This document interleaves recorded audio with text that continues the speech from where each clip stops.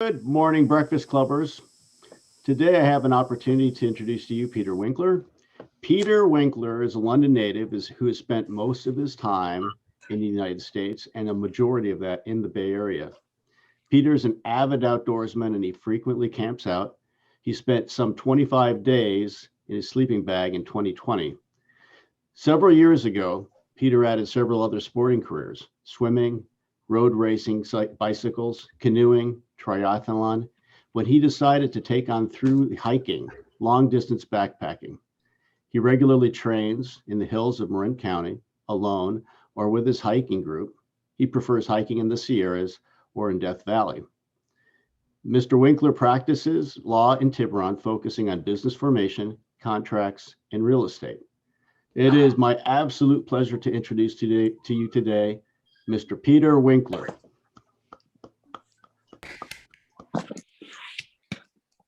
Good morning. It's my honor to be here, Breakfast Clubbers. I've sat in on a few of your sessions and I'm thoroughly impressed with every speaker I've heard. Today I'm going to talk about the John Muir Trail. We'll cover three different subjects interwoven. The first will be the trail itself, which is pretty darn grand. The second will be the culture on the trail, particularly those folks calling themselves thru-hikers and different styles of backpacking. The third will be my own personal experience over time and recently. So to step back, my story begins in Germany after World War II. My mother was one of 12 brothers and sisters. After the war, they were all under 20. I don't know how that happens. And my mother decided to move to England. I think she did that because she prefers the English who mind their own business, unlike us pushy Germans. I think you other English speakers here will appreciate that. She really loved England. When I was 6, my grandmother in Germany died. That was a catalyst for us to move either to a farm in Germany or to the United States. One of her sisters had married an American from Stockton, California. So I moved from Brixton, London to Stockton, California. The dawn of my first day here was unlike anything. I'd never been on a leafy tree-lined suburban street. I'd rarely been in a car, a single passenger car. I had never been up to mountains. Everything was a whole new world. My mother completely fell in love with the Sierra, madly, passionately. So we started going out and doing all sorts of camping. I remember one of our first car camping trips was we drove down a road to a place called Hell's Half Acre and camped with our kitchen stuff on a tarp beside some river, the North Fork of the Mokelumne. And it expanded beyond that. I did every youth group possible, which is what you do if you have a fatherless child. And the Boy Scouts was a huge life changer for me. We went all sorts of places. We did an extended hike in the Philmont Scout Ranch in New Mexico. A few years ago, I decided to start doing these longer hikes. So I train at home in Marin, often 20, 25, as much as 35 miles in a day. I increase the load of my pack. I increase the amount of elevation I climb in a day, and I try to go a little faster. So the training is there, and then we've started going and doing various things. The John Muir Trail, and I'll talk a little bit more about the history of the John Muir Trail, begins in Yosemite Valley and ends on the top of Mount Whitney. As the one slide in this entire presentation with words says, it ends 11 miles from the road. So you still have 11 miles to go after you finish the John Muir Trail. Always struck me as a little silly. All right, next, please. Tony. So the next slide is a map. Tony's controlling this, not me. So there you go. Thank you. Whoops, there you go. So this is the John Muir Trail. So the dark green upper left, I'm assuming it's hard for you to see, but the dark green upper left is Yosemite National Park. The dark green lower middle is Kings Canyon, and then Sequoia National Parks are. In the middle is Sierra National Forest. The John Muir Trail is the red line. It begins in Yosemite Valley, upper left, at Happy Isles at 4,000 feet. It ends at Mount Whitney, lower right, on the at 14,400 some feet. We'll talk about that later. About a third of the way along the red line, you can see maybe it says Mammoth Lakes. So I had hiked most of that over the years. And last summer I decided to finish what I hadn't done. So I started at Mammoth Lakes with the intention of going down to Bishop, which is about 2/3 of the way down. And because no one was dumb enough to do it with me, and because I wanted to do it on a pretty rushed, or at least forced schedule, I went alone. So I went in at, let me follow on my own. So I went in at Mammoth Lakes, and next slide, please. I went in at Mammoth Lakes, and in this this next view here, you're looking on the left, you see the first lake you would see after you cross out of the Mammoth Lakes Basin into the east side of the Sierra. I believe it's called Duck Lake. And then on the right, you see I'm looking down into the canyon of the San Joaquin River. I have a geography bent, so I'm going to tend to use a lot of specific place names because I like specificity in geography. And what you see on the right is our clouds. And those clouds are tell a story. Next slide, please. So the weather of the Sierra is pretty interesting. In summer, you have storm systems that come off the Pacific Ocean, or they come up from the Gulf of Mexico. And you can see them a week or even weeks away. So you know whether there will be rain at night, storm, lingering rain. The other type of rain pattern in the Sierra in summer are summer thunder showers, which is what you saw on the previous slide and what you see over my soggy head on the left there. Those storms, those rain patterns dissipate by the end of the day because it is all related to the heat in summer. So I took the gamble based on my experience in the Sierra not to bring a tent. So you see my sleeping setup on the right is a tarp, an air mattress, and that's it. I slept out every night. Most of the thru hikers, we'll talk about them in a second, were aghast at the idea that anyone would conceivably sleep outdoors and not in a tent. I grew up as a Boy Scout, as a hiker with my family, my mother, and with my friends sleeping outdoors. So to me, it's second nature. And that speaks to the first difference between people like me who grew up organically expanding our camping and backpacking experience many places, but specifically in the Sierra, and the thru hikers, and that's spelled THRU -hiker. They're a different breed. And the thru hikers are often about speed.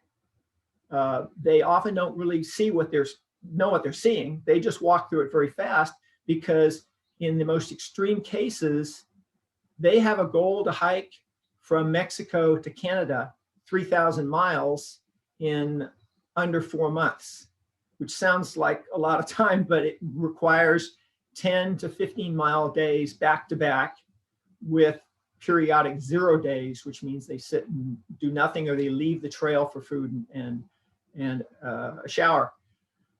So going back to the slide on the right is I elected not to bring a tent, and it was glorious sleeping outside. I was there late in the year in August, which means the mosquitoes are mostly gone by then. So next slide, please. So the Sierra on the John Muir Trail is stunningly gorgeous. And I'd heard about this lake. It's Marin Lakes, and they're in the middle of nowhere. Amazingly beautiful. What is that called?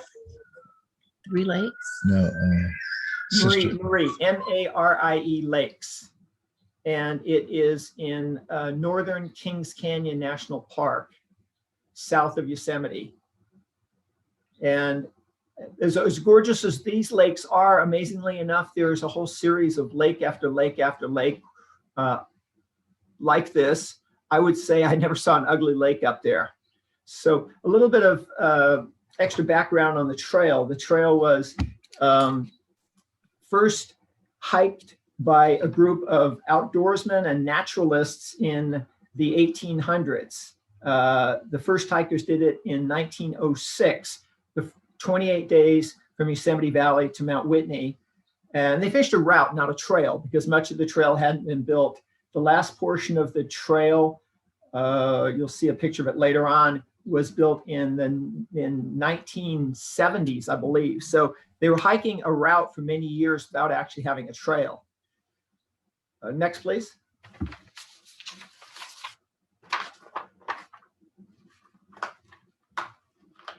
So I made the executive decision not to bring a tent because I figured I wouldn't have many mosquitoes. And I didn't until my last night there, in which case I had mosquitoes galore. But a simple mosquito net, this one in particular has loops under the arms, made all the difference in the world. And I really did have a very comfortable evening camped here. As you can see, I had the patterns of clouds from the day lingering, but no rain. And no more rain, and it produced stunning sunsets. So I went from Mammoth Lakes, I went down to the Bishop area, which is about 40 miles by road. It's 65 miles by trail. And this was my exit route. For a lot of these trails, even though it's very popular, and there's a limit on permits, I often went for a full day, in one case, a day and a half, nearly a full 2 days without seeing another soul. All of this hike took place during the height of the COVID last August. So that depressed numbers because a lot of people were told not to go. The Park Service encouraged hikers not to go out and hike, not for the sake of the hikers, but because there are always a certain number of rescues that need to be performed. And every time rescuers go out into a wilderness situation, it puts the rescuers at risk also. And COVID made that twice as difficult for emergency medical services. A little note, I have 30 years in as a volunteer firefighter, so I certainly understand what those guys were facing. So going on to the next slide. So on the left, you see a selfie. I use the timer, not the selfie other way. And the sign says, "No fear, no quit," has the name of the pass, whatever I wrote on it. And this is Palisade Pass, which was my chosen exit route off the John Muir Trail at the end of the first week. The range of peaks, so down there on the green on the right is the canyon that I've just hiked up, which is much more dramatic than it looks like, appears from here. And on the left, you see a range of mountains headed essentially east-west. And that is actually called the Evolution Group. And each of the peaks there is named for the great evolutionary scientists, Darwin, Fiske, Hume. I don't know the names of the other ones, but there's a whole series of peaks there named for the evolutionists, I think that's it. The slide on the right is a woman whom I met hiking in Marin with her girlfriend last year, the year before. And here I am out in the middle of nowhere, and I run into her with her hiking group, and I knew one other guy in the hiking group. It turns out that the backcountry of the Sierra is sort of like Marin. You just can't flip anybody off because you don't know who you're going to run into.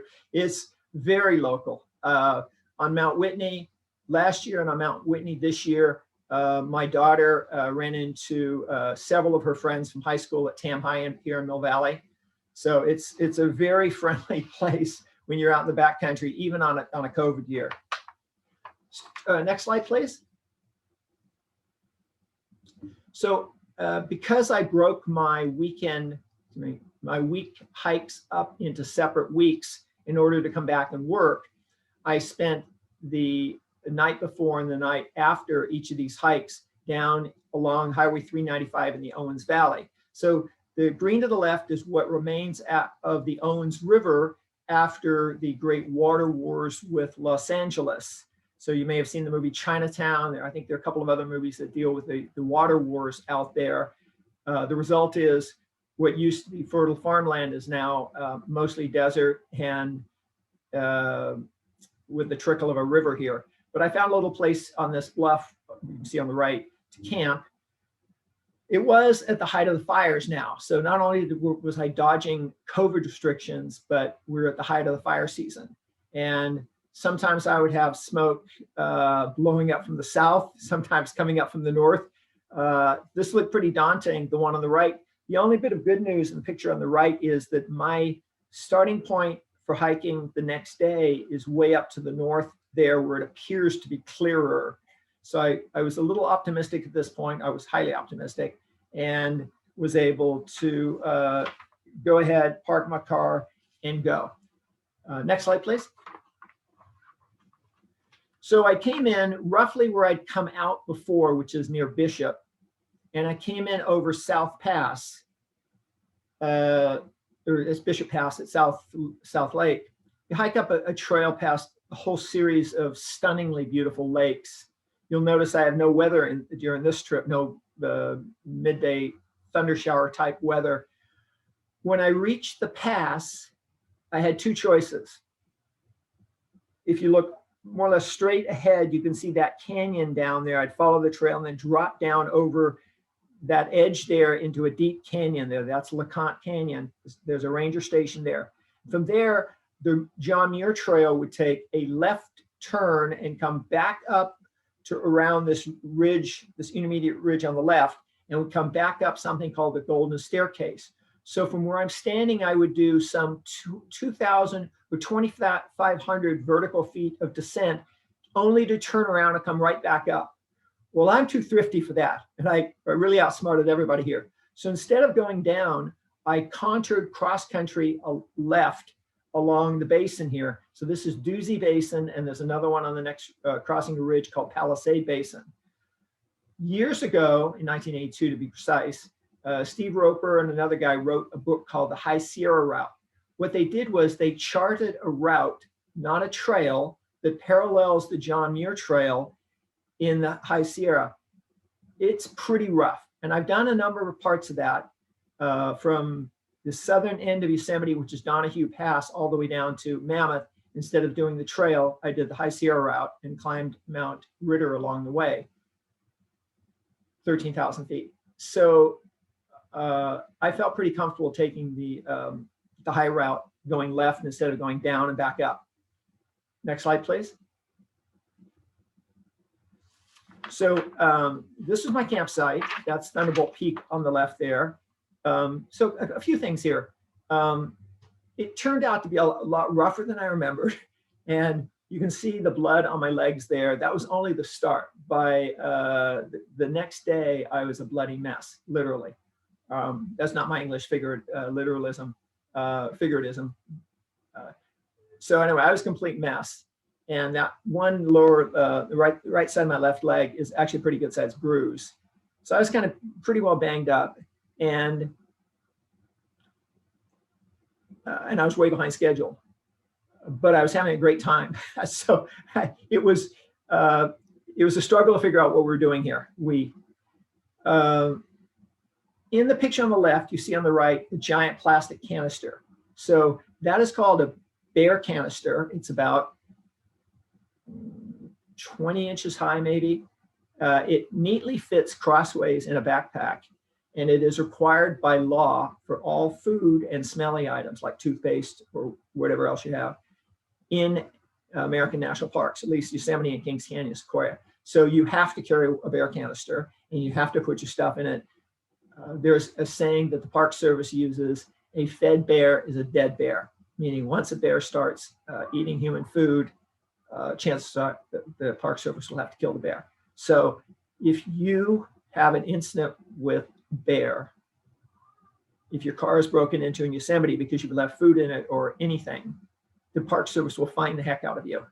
I was camping a few weeks ago up at Calaveras Big Tree State Park, and the guy next to me left his cooler out sitting in his camp, went away, and the rangers came, grabbed all of his stuff, took it back to the ranger station, and the fine for that was $800. The guy was a nice guy, talked it down to $300. So next, please. So I finally made it back to the trail, and the trail comes down. If you see the sort of about middle of the peaks up there on the right is where the trail comes down. Had some really rough rock climbing experiences coming down that ridge until I finally came down to those two lakes there. Those are Palisade Lakes, some of the most beautiful lakes I've ever seen anywhere. The section of trail that comes from there up to where I'm standing goes up over Mammoth Pass, and it was the very last section of trail built by, initially state of California built these trails, but then the Park Service and the National Forest Service, U.S. Forest Service took this over. So right now it's work crews. It's something like CCC, like California Conservation Corps, but they have their own work crews that come in and do this stuff, and it's backbreaking labor. They move massive rocks to create these trails. The picture on the right, I'm not sure you can even see it, has me with a mask on. And I'm not wearing the mask because of COVID. I'm all by myself. I'm wearing the mask because it was cold. I just didn't bring any cold weather stuff. So I wore a bandana on my face just to keep the chill off in the morning, and I hiked a little faster just to warm up, and it worked just fine. I did not wear long pants on this trip. At night I did. See. Oh, and this is the pass behind me is going up to is Mammoth Pass. And so all these passes, all these places have names for people who have a connection with California history. So Stephen Mather was the first director of the National Park Service. There's Pinchot Pass is up there. He was, I think, the first director of the U.S. Forest Service. And of course, Mount Whitney is named after Josiah Whitney, the head of the California Geological Survey in the 1800s and early 1900s. So there's a question from Tony about emergency. And that will come up. You'll see that in a slide later on. And we will talk about that. And I have some pretty strong views on that for good reason. All right, next slide, please. So with my delay as a result of the slow going and because of my injuries, I mean, I could keep walking, and because I was so far behind schedule, I started looking at an alternative way out.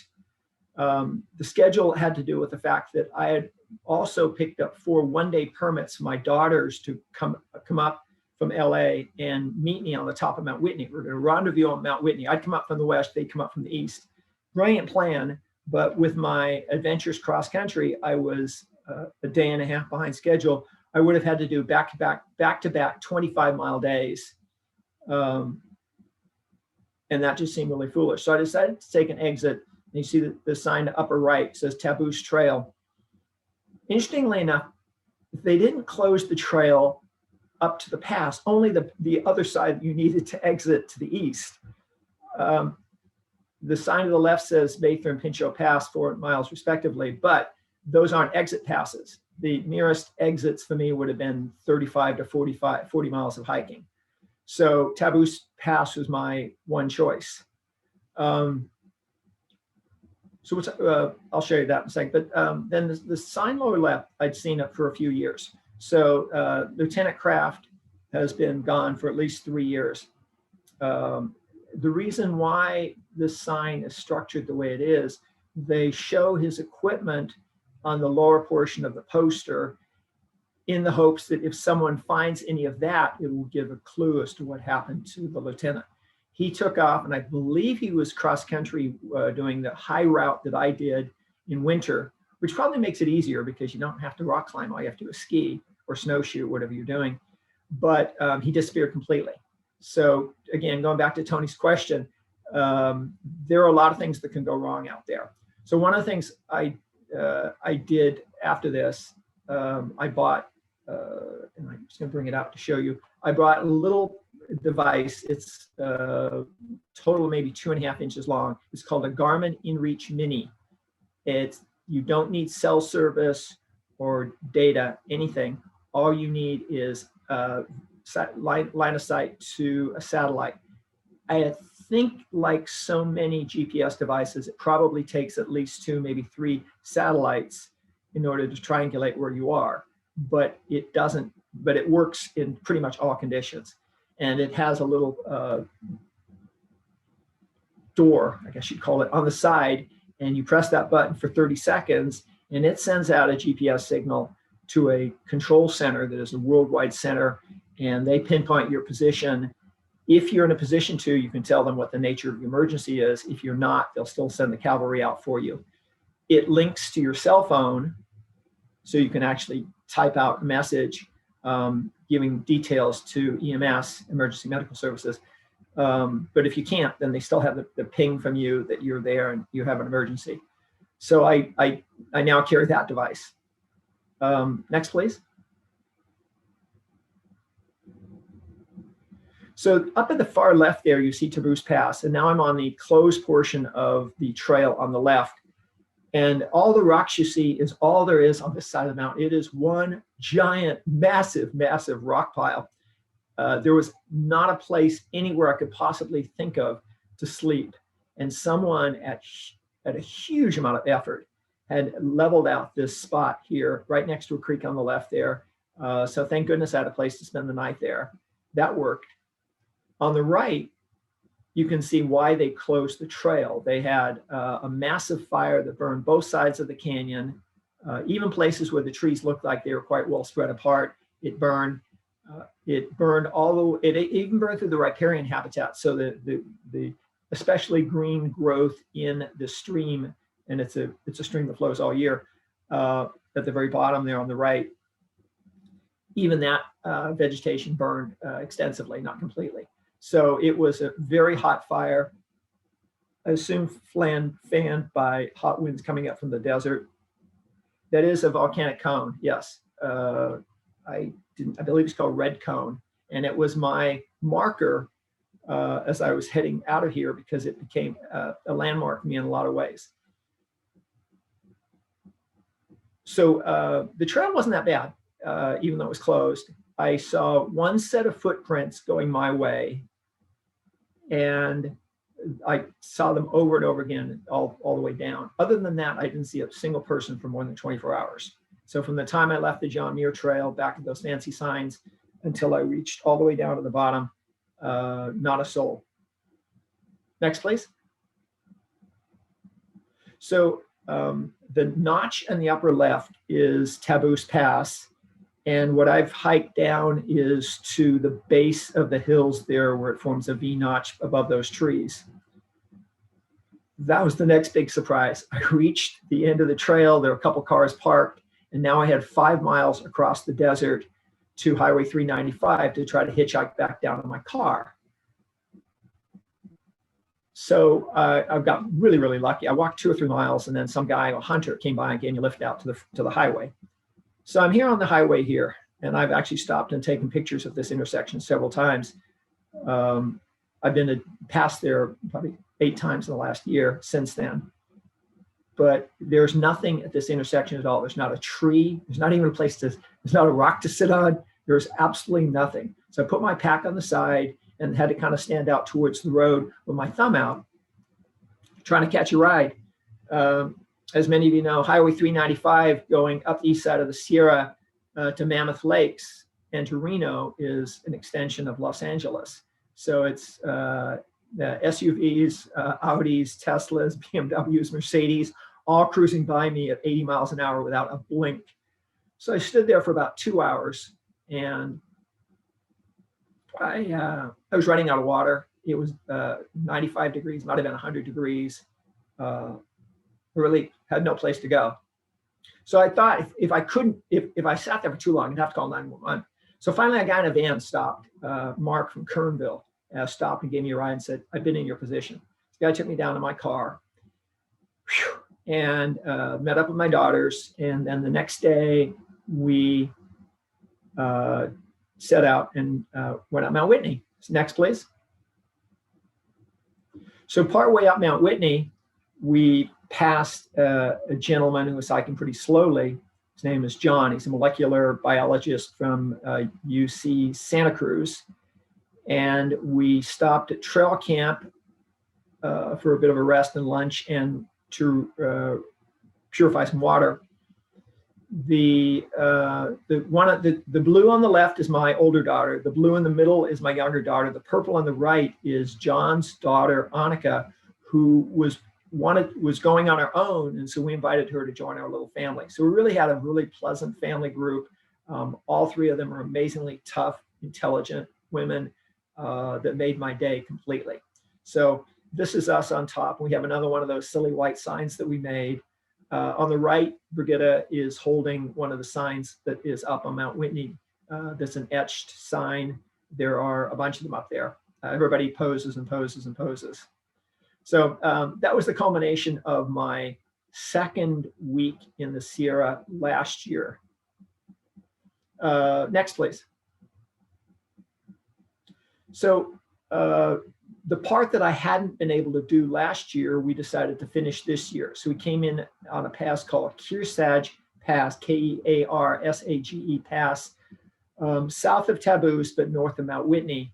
It's 55 miles from Kearsarge Pass, the parking lot where we are, around the backside of Mount Whitney, up the back of Mount Whitney, and then down. One of the funny things is we were in luxury car row. The four cars immediately to the left here are Mercedes, Porsche, Tesla, and Audi. So it was luxury car row in the middle of nowhere. What else? I was going to talk a little bit about different styles of backpackers. So I mentioned thru hikers. So thru hikers, they do really crazy numbers of miles a day, many of them. They are often out for speed records. There's something called FKTs, fastest known times, for women, for couples, for children, for dogs. I can't do dogs here because they're parks. But in many places, there are all sorts of people out there making this an athletic pursuit like the Olympic trials, not a nature visit. And that is the qualitative difference on the through hiking experience versus our typical hiking experience. We take our time, we smell the roses. This trip was a little bit rushed. The woman in, is that a tower? No, it isn't. That's a good question, because that particular range had a series of really spiky granite outcroppings. I'll just slip in a little bit of the geology of the Sierra. So the Sierra is the result of a bubble of magma under the North American plate here, and it pushes up in plumes. And as it pushes up one place in the Sierra, for example, under the Sierra, it then drops down in the place next to it, the Owens Valley, and then pushes up another place in the White Mountains. So you have the basin range topography, where you have a series of north-south mountain ranges with valleys in between. If you look in the state, if you look at the map of Nevada, there's not a single east-west range of mountains. They're all formed by this block faulting, as John McPhee calls it, geography formation. So in the Sierra, there have been 4 separate plutons, they call it, bubbles of magma that have come up and then hardened underground, and then the surface rock weathers away. If the magma comes out of the ground, then that becomes a volcano. It becomes volcanic rock. It mixes with air, does all sorts of different things. If it stays under the ground, then it's a granitic rock. It's an igneous rock, granite being the most common type here. And what you see back there is granite that has been exposed through weathering and eroded into that particular formation. It's actually weathered into that formation. Erosion is vertical. Weathering can come from all sorts of directions. Whew, that was a lot of geography. All right, next. Listen, back up one more thing. So the woman in the middle there, her name is Guzela Barrera. She is a refugee. Refugee is not fair, but her family left El Salvador to escape the gang violence there. She has a brother who would have been pressed into the M15, whatever the gang is there. So her family was able to move to northern Washington state. This woman with very limited backpacking experience last summer did a REI backpacking class, and then bought everything, got everything right, and on her own did the whole John Muir Trail in one straight tranche, 21 days from Yosemite Valley to Mount Whitney. There were other people on the trail, but she was hiking on her own, fully planned it all. So she's an incredible woman. So we invited her to join us on this trip, along with another woman who wasn't able to join us. So that's Griselda. She actually had some trouble on this trip. So as the days went on, Brigitte and I ended up taking all of the community gear out of her pack and carrying all of it ourselves. The good news is Brigitte, my younger daughter, the one on the left, she's the same size I am. She's a big, big, strong woman. She swam 4 years at UCLA, and she also swam at the US Olympic trials when she was in high school. So she is extraordinarily fit and capable, and I have no hesitation about giving her an extra weight. All right, next. So in the earlier trips, you saw that I didn't take a tent. This time we made a decision to take a tent, in part because we were hiking in June, beginning of June. So this was 2 weeks ago, when mosquitoes were a real possibility. And so we brought the tent on the right. We made the decision when the other woman, Annika, could not come with us. We decided to bring one tent and scrunch in the three of us, which worked out just fine. Because it was sprinkling as we came into camp, we set up a second shelter where you see in the middle there using hiking poles, largely as an experiment to see how well it worked, but also to ensure that we had a place to cook and hang out in case the rain persisted. It didn't. We took it down immediately. You can see the shadows there. Brigitte is a phenomenal chef. For these trips, we design everything on spreadsheets, and Brigitte had a spreadsheet that she and I worked over where she planned all the meals.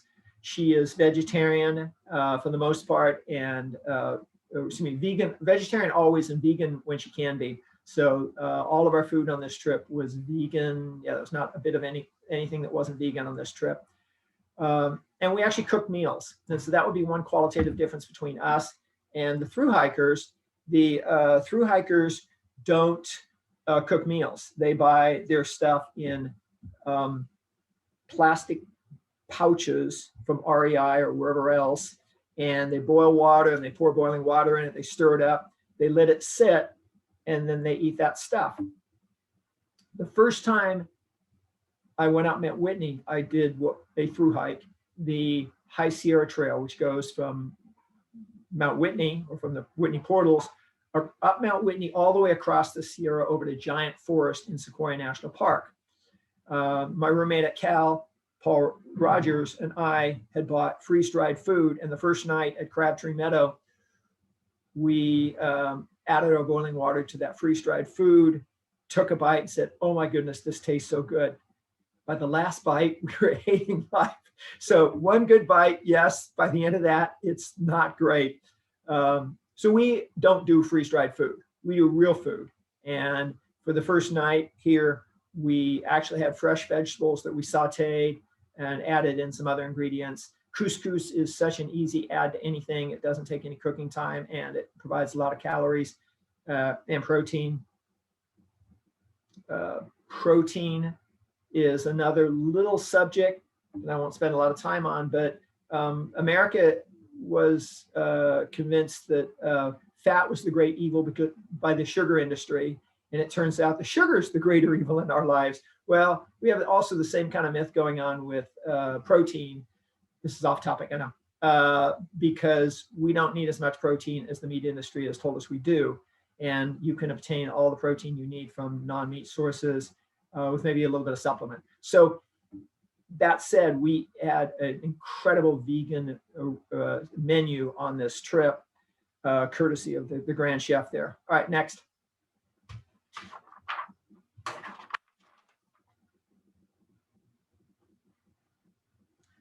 So as you can see, the terrain in this part of the John Muir Trail is exceedingly rough. Brigitte is pointing to the first snow we encountered. We encountered much more. From where we started, we only had one pass we had to cross going north-south. However, that pass is 13,156 feet.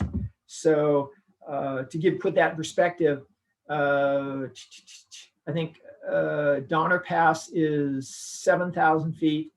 maybe 8, and Tioga Pass through Yosemite is 10,000 feet. So this is a pass that we're crossing on foot that's more than 3,000 feet higher than Tioga Pass in Yosemite. The trail is incredibly rough, as you see where Brigida is standing. We had increasing amounts of snow, particularly on north-facing slopes. Next.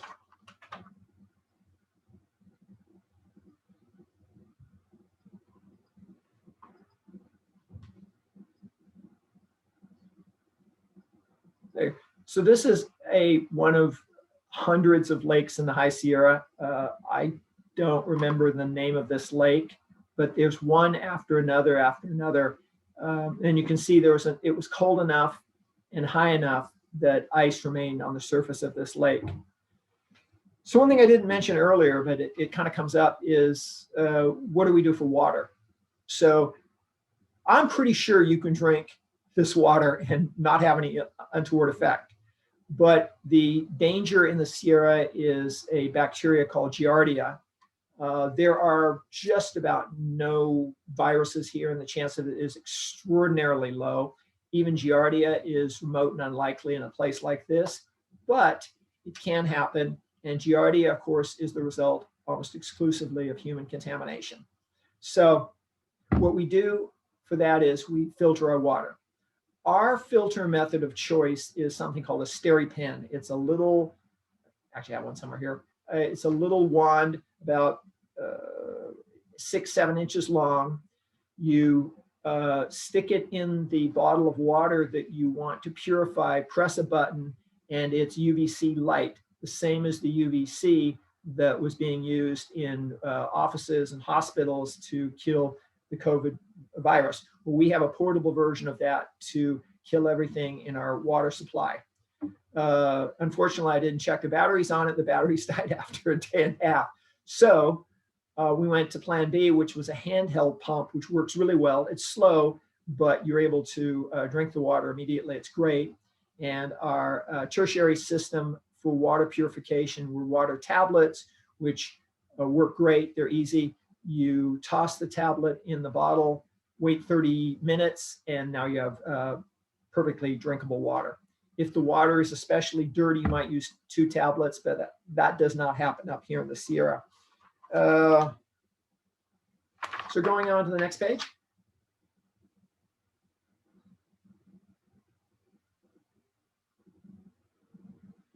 So this is the pass I mentioned before, Forrester Pass. It is also the dividing line between Kings Canyon National Park, which you see to the north there, and behind the photographer would be Sequoia National Park. It is the divide between the Kings River to the north and the Kern River to the south. Those are 2 of 5 rivers which drain the southern Sierra, and they drain into what is the Tulare Basin, which is the southern end of the Central Valley. Historically, those rivers have eventually filled up the Tulare Basin and flooded to the north to flush out all of the salts and other sediments that come that are deposited there. With the diversion of all 5 of those rivers almost entirely, and the overdrawing of groundwater in the southern Central Valley, it has dropped so low that there'll never be an overflow of water from the southern Central Valley north, and those rivers now are completely captured. So it's a little bit of a shame. We're seeing one of the few places these rivers run free. A friend of mine went rafting on the lower Kern, and there was 0 water, and just about no water in the river. On the right, you see an example of the trail, and it is rugged, it is dangerous. It goes back to Tony's question a while ago, which we will get to about what if.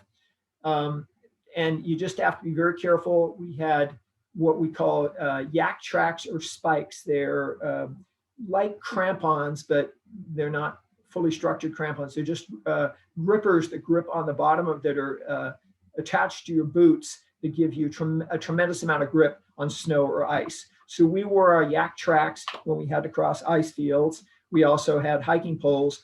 My daughter, again, Brigitta, the one in the gray top, had broken her wrist about 3 months ago. So she chose not to use hiking poles, but instead wore a brace on her left wrist, which you can actually see in that picture. All right, next picture, please.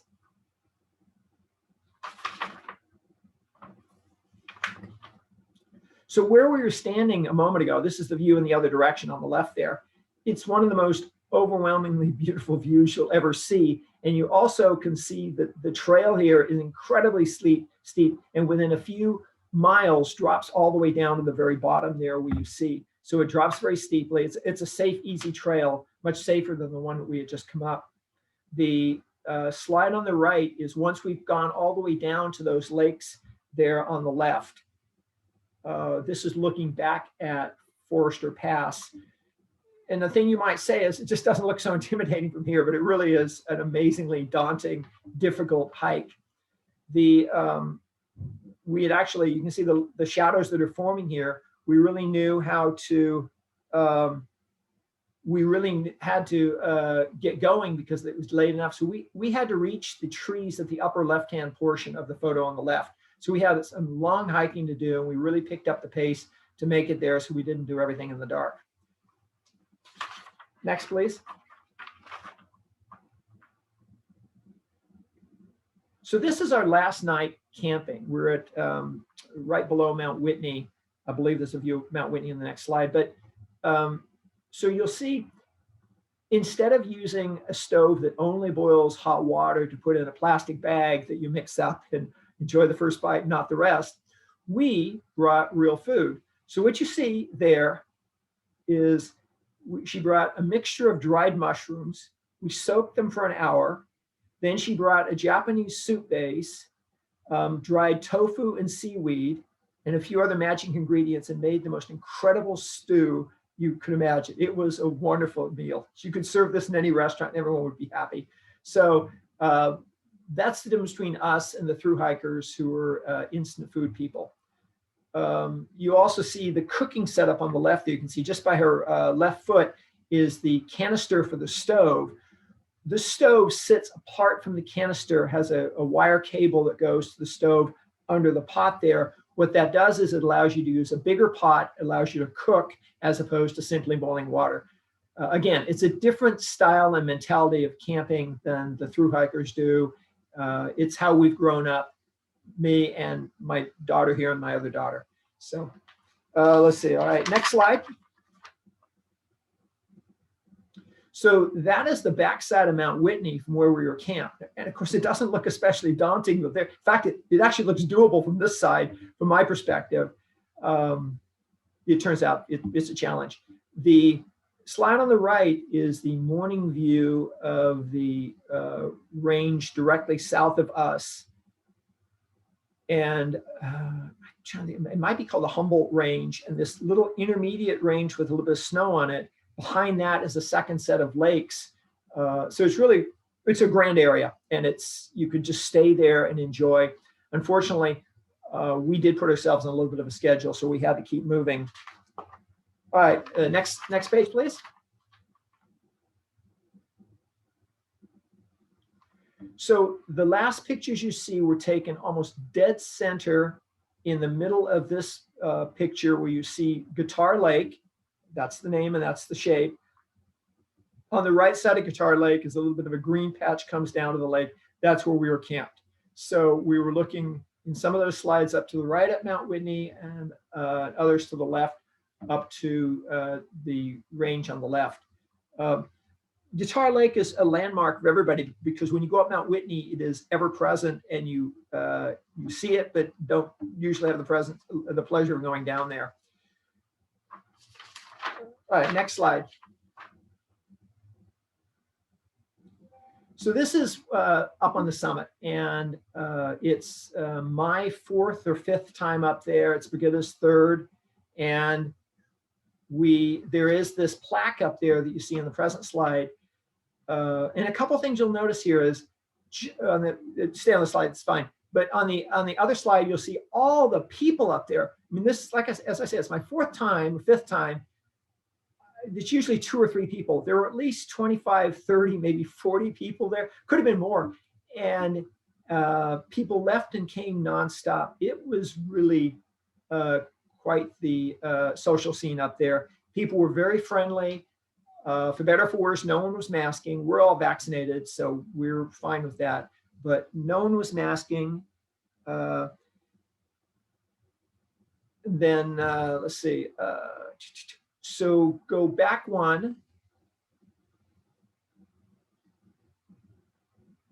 And so there's our top sign for here. There's a cabin there that you see me inside of, and there's Brigida again. And I think we only have 2 or 3 more slides. So we'll go through these, power through these. All right. And now next one. Now to answer Tony's question, things happen. So as you come down Mount Whitney on the Whitney Portal Trail, it's 11 miles from the summit down, but there is one section that's about maybe a mile, 2 miles long, goes from 14,000 feet down to 12,000 feet. It's 99 switchbacks. A couple years ago, my friend's son counted them. And as I was coming down those, I managed to slip and gashed my left leg there. I'm a wilderness first responder. I've been through a lot of emergencies. I don't freak out at anything. So I was bandaging myself up. The guy on the trail behind me happened to be an EMT. So we'd been talking, and we already knew him. Matt was his name. So he came up and he offered me that extra piece of tape on the bottom, which I didn't really need, but I was thankful for it. That's on the left. And on the right is the bandage that evening at night when I rebandaged everything. That was on a Monday. And then the next day on my way home in Stockton, I stopped and had stitches put in. So I have stitches in my left leg right now. So to go to the answer the question is, so the question I hear is, what if something happens? And I consider that the most colossally stupid question on the planet, because you can't prepare for something. You can prepare for known risks. What are the known risks? So what are the 4 things that kill and injure most people in the wild? Hot and cold. Cold being frostbite and hypothermia, hot being dehydration and heat exhaustion or heat stroke. Those are the 4 things that kill most people. And then falls are the other one. As you can see here, falls are a big deal. You can plan for all of those. And so going out, having a first aid kit, knowing what is in your first aid kit, knowing how to use your first aid kit, going and obtaining the training that I have. My wilderness first responder class is an 80-hour class that I did initially, and I do 10 hours of recertification every couple of years. I constantly take courses online in wilderness medicine to deal with exactly this. Each time I've been up Mount Whitney, I've had to assist somebody with altitude sickness. They never like my answer, which is always descend. Anyway, so the answer to Tony's question is, there are risks out there, and you go out there making yourself aware of those risks and coming prepared to deal with them. So I actually think it's kind of a cool wound here. I'll have a great scar from it. I think we have one last slide. So this last slide is 2 things. One is there's the map on the right shows the last day hike, which starts down at Guitar Lake on the left and goes up to the summit, Mount Whitney, and then comes back down to Whitney Portal on the right. Strava is the app that created these. Strava didn't really capture my first few, it did, but it's someplace else. Didn't capture the first 3 days of hiking, but Strava is the sort of the state of the art for hikers, particularly cyclists, even cross-country skiers, people doing all sorts of things, because it's a social media thing. So when I posted this on my Strava feed, all of my friends gave me kudos, telling me, great job, Peter, and all that kind of stuff. I don't have very many friends on Strava, but some people receive hundreds and hundreds of kudos. I guess that makes their day. So that's it for slides. So one last note. Yeah, let me do one last note. So we're done with this.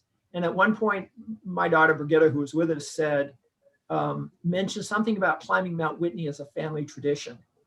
So I couldn't let that go. So I have already planned our next trip. So instead of coming in from the north and coming down, I'll answer that question too about wearing long pants. Coming down from the north, which is what we did this year. Next year, we plan to come up from the south, Army Pass. It's actually a lot easier hike. So I always hike in shorts. I don't ever wear long pants. On this trip, I never pull my long pants out of my pack even. Day or night, it was fine in shorts.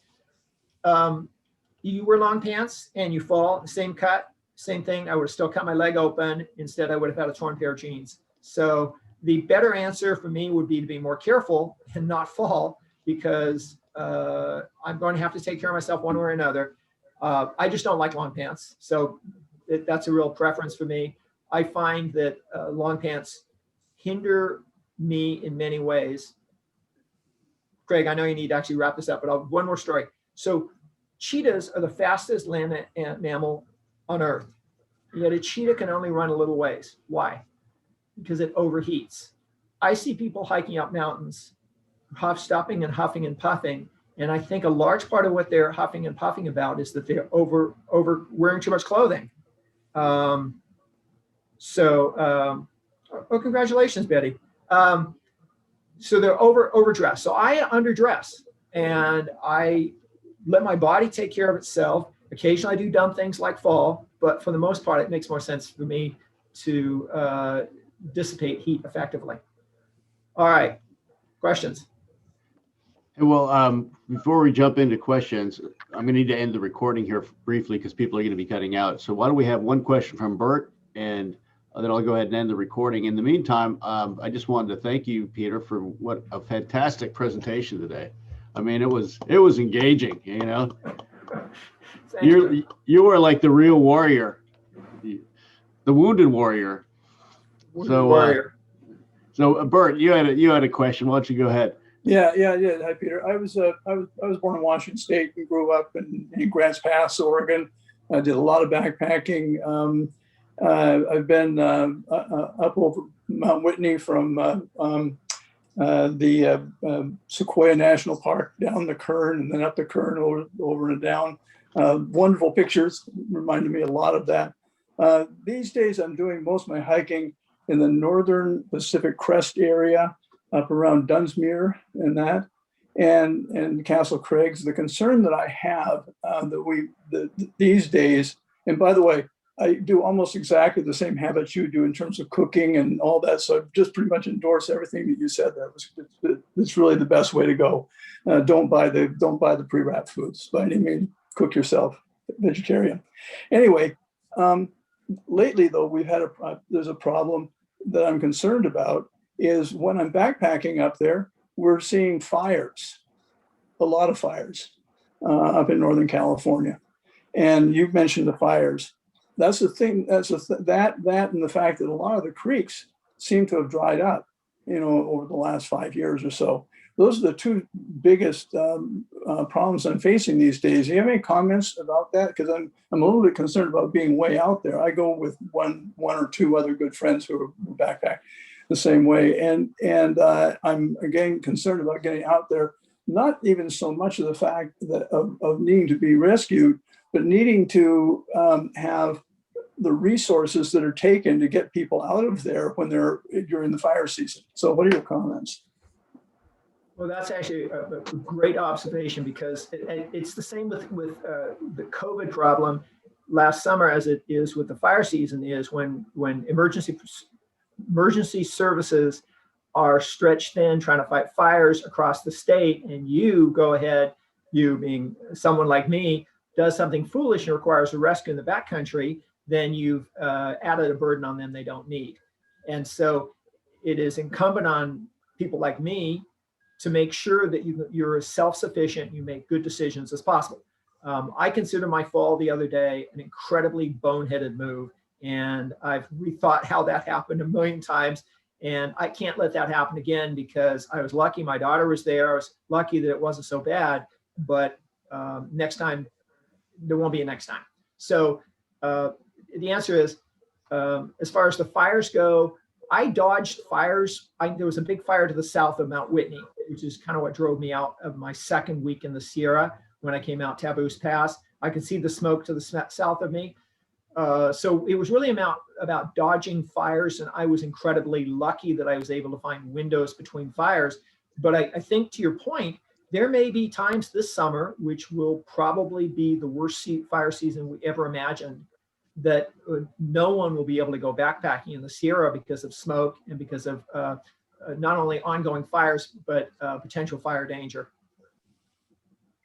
What was my boneheaded move? Thank you for asking you. My boneheaded move was I was going down a really steep part of the 99 switchbacks on the John Muir Trail, and I don't even know how I fell, but I fell, and I can't afford to do that again. And I'm assuming it was a lapse in concentration. So instead of looking at my feet, my hands, everything, I probably was out sightseeing. I probably turned my head to look at something, and so that is the key. So what I do when I hike, because I have stumbled a few times, I broke my nose, broke top of my nose a couple years ago, is those almost always happen because I'm distracted by something or I'm not paying attention to what I'm doing. So being in the moment is critical to safety. And that again, maybe Bert answers a little bit what you're talking about, is being in the moment. If you're out there hiking on a steep trail, or if you're in a place where there's a potential fire danger or anything else, you need to be right there, not thinking about your girlfriend or about what's going on in Washington. Yeah, I always go with 1 or 2 people these days. That's another aspect that's important. Lastly, I've done Philmont also. Have you been over Mount Baldy or Mount what was it, Mount Phillips in Philmont? Oh, you went to Philmont. Excellent. Right. Craig, I have a question. Well, yeah, before I'm going to go ahead and I'm going to end the recording right now so we can take care of that. And again, thank you, Peter. So Thank you. Really great presentation. So I'm going to end the recording. Then Alan, why don't you go ahead with your question?